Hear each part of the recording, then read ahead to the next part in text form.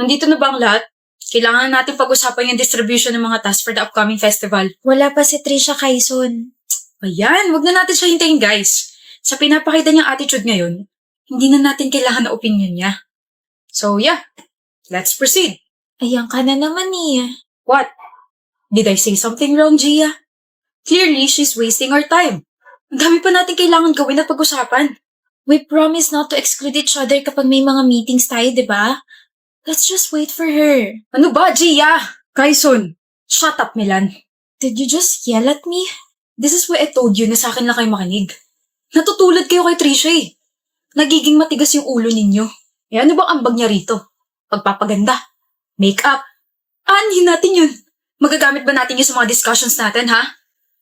Isang malanding katulad niya, hindi dapat nire-respeto. Malandi yun eh. Nilalandi ako nun. Okay, you've crossed the line, Alvarina. Manahimik ka nga, Milan. You should side with me. Lalaki ka rin eh. Scaring us, Quezon. Dapat naman talaga kayong mga babae, kinakatakutan kami mga lalaki. We will always have the upper hand. Kaya makinig na kayo sa akin dahil babae lang hinihintay natin. Aga-aga, rinig na rinig yung boses mo sa labas. Wow! The queen is finally here. Sana hindi ka na dumating, no? Para lalo mo akong pagchismisan. Para masabi mo ulit na nilalandi kita. Should I show them your messages? Your flirty messages na hindi ko naman nire-replyan? You're funny. Umupo ka na nga para masimulan na natin to. A-special ka masyado eh. I won't sit down. You, sit down. Late ka na nga, ikaw pa demanding. Yabang mo ah. Eh anong tawag sa ginagawa mo kanina? Sit down, Alvarina. Ayoko. I said, sit down. Sino ka ba sa akala mo ha? You shouldn't ask me kung sino ako. Kasi alam mo, sagot sa tanong na yan, but sure. The SSC president just commanded you, Vice President Quezon, to sit down. Okay na ba yun? Ito role model nyo? Ito binoto nyo? Hoy, Trisha, tandaan mo, babae ka lang. Lalaki ako, hindi ako papatalo. Babae ako at hindi babae lang. Well, itong babaeng sinisigawan mo, sinasabihan mo na kung ano-ano, nasa Dean's Lister, SSC President, at maraming pinatupad na community projects. Yeah? Babae lang. Ako. Everyone, I'm sorry I'm late, pero may kinailangan kasi akong asikasuhin kanina. I had to deal with someone's mess, and yes, nandito siya. Oh. Kaharap ko siya ngayon, no? What? You really think na hindi ko malalaman na you stole 20,000 ng Friday sa pondo natin? Ano? May ebidensya ka ba, ha? I can sue you sa mga sinasabi mo ngayon. Sure ka? Monday na Monday ngayon, pero willing akong dalhin to sa authority. Nakuhanan ka ng CCTV dito sa office natin. Habang busy ang lahat, ninakaw mo yung pera sa bag ng treasurer natin. Enough na ba yun? Trisha, sorry sa mga nasabi ko. Sorry. Nagastos ko na kasi yung pera. Tapos, saan? Sa sugal. Natempa ko eh. Hindi ko naman sinasadya. Quezon Alvarina, from now on, you are prohibited from entering this office. Yes! Okay lang sa akin. At hindi ka na parte ng Supreme Student Council. Ano? Notice from the Prefect of Discipline. Time to get out, Quezon. May nag-aantay sa mga tiga-prefect sa labas. Trisha, you can't do this to me. Face what you did. Receive your punishment and apologize to the people you've hurt verbally and emotionally. Okay lang kayo? Oo, Trisha. I-resume natin ang meeting about the festival tomorrow. Next week, pag-usapan natin ang vacant position ng Vice President. Magpahinga muna kayo. Magpahinga muna tayo. Cool niya talaga. Bakit? Paano mo nagawa sa akin to? Sa best friend mo pa. Di ba, Jeline? Rant ako ng rant every time na may away kami. Every time na may sinasabi siya na nakakasakit ng damdamin ko, every time na may nangyayari hindi maganda sa amin dalawa, paano mo nagawa sa akin to? Ha? Di ba nandito ka ng mga panahong umiiyak ako dahil sa kanya? Nandito ka after our breakup. You were saying these things. Nagbibigay ka ng advice, nagsasabi ka ng mga masasamang salita kay Owen. Nandito ka. Diba?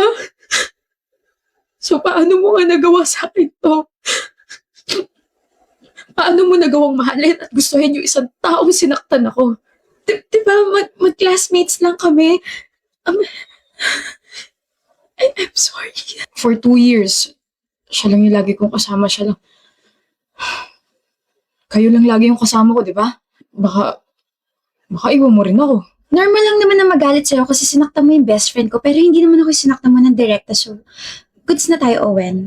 But I just wanna know if mahal mo pa? Hindi ko masabing mahal ko pa siya, pero namimiss ko siya. Alam mo, baka naman kasi hindi talaga kayo para sa isa't isa. Like, ang toxic nyo kayong dalawa. Don't worry, we're still friends, Owen. Pero secret lang. Sorry, nahawakan ko yung kamay mo. Ayos lang. Init nga ng kamay mo eh. At saka nag-break na rin naman kayo nung pumasok ako sa eksena. Nirespeto pa rin naman kita kasi best friend kita, Jasmine. I promise, hindi ko sinasadya. Narinig mo ba yung sinasabi mo? Sabi mo, di ba? Magma-move on ka na? Alam nga namang ibigay ko sa'yo si Owen. Masaya kami, Jasmine. Actually, mas masaya siya sa akin. Kaya please, huwag ka na gumawa ng eksena. Ibigay mo na sa amin to.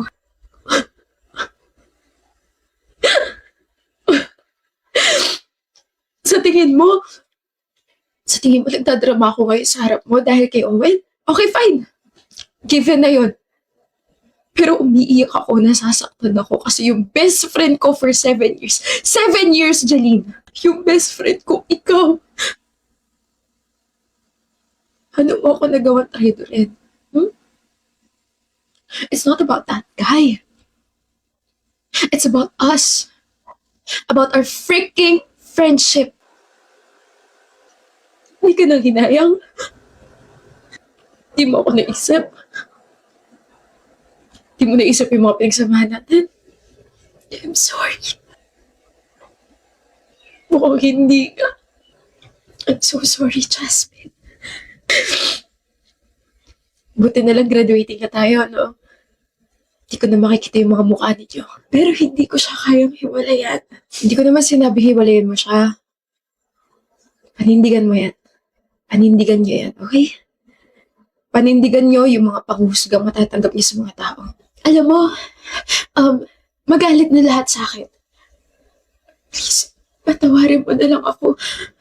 Hindi ko sinasadya, I promise. Ayoko. Kahit makalimutan na ng lahat ng nangyari na to, pues ako hindi. Kahit patawarin na kayo ng lahat, ako hindi. Sayang, Jeline. It takes two to tango, sabi nila. But if people will ask me why I decided to confront you instead of Owen, it's because you were with me for 7 years. 7 years. You were basically my sister from another mother. Ngayon wala na. Tapos na. I'll just leave my revenge to our memories. The more na maaalala mo ako, the more you will regret betraying your own best friend. You will never forget my pain, Jeline. Sobrang sayang.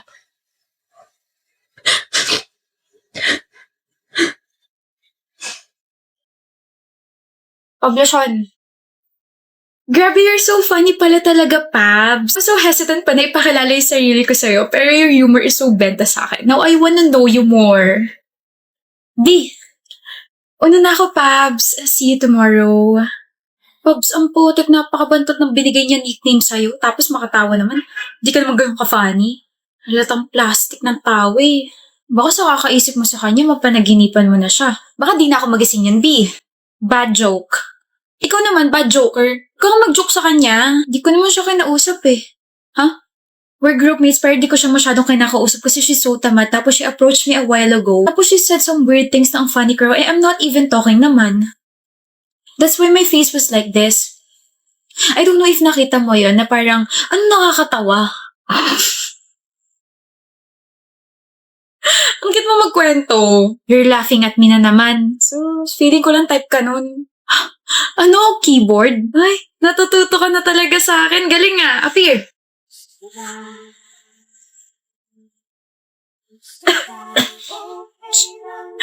Tapos sa meeting nyo? You're Pablo's girl, right? Oh, bakit? You're too plain. Ano ba nagustuhan niya sa'yo? Ay, gawin ba naman akong kanin? At ikaw, ano ka naman? Egg rice. Wag, ang oily masyado. Ang asawa nga naaagaw. Boyfriend pa kaya? Cut! Sorry, akala ko kasi nasa teleserye tayo. Gusto pa pala yung mga ganito. Anyway, just talk to my attorney. Oh, yan na pala siya eh. I'm Carlota's attorney and boyfriend. I'm Pablo. And I'm giving you 5 seconds to go away. Don't bother us again. Shoo! You can't shoo me. We're groupmates kaya. Oh, I can. Di peram na sapatos, baka madadaan siya sa batuhan ng shoe. Sabi ko, wag kang mag-joke eh. Hindi naman nakakatawa. Pero nagla-laugh ka naman. Hindi ka pa aalis? Tibay mo naman. I was just testing if you guys have a strong foundation. I always do this when I'm bored. Wala akong suot na foundation. Cindy, you guys are annoying, but cute. Sana all. Iba na lang kasi, miss. Annoying ka rin naman eh. Pretty annoying nga lang. Huwag ganun ha, okay? Huwag na mauulit. Sige na. Huh? Is, gwapo mo talaga, no? Wala tong pagiging gwapo ko if I can't make you laugh. Ano ba? Bulaga! Happy anniversary!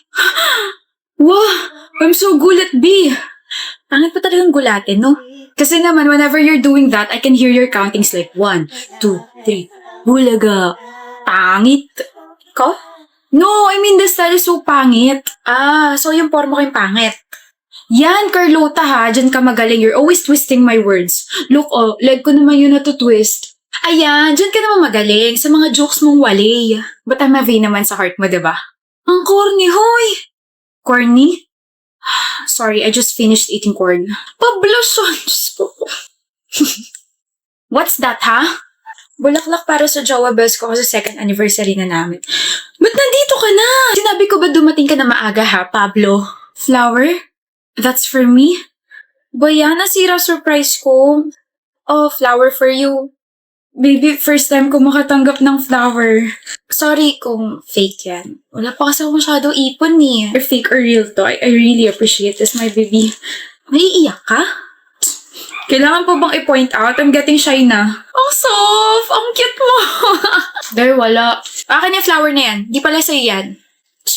Let's go na. Tagal na order natin.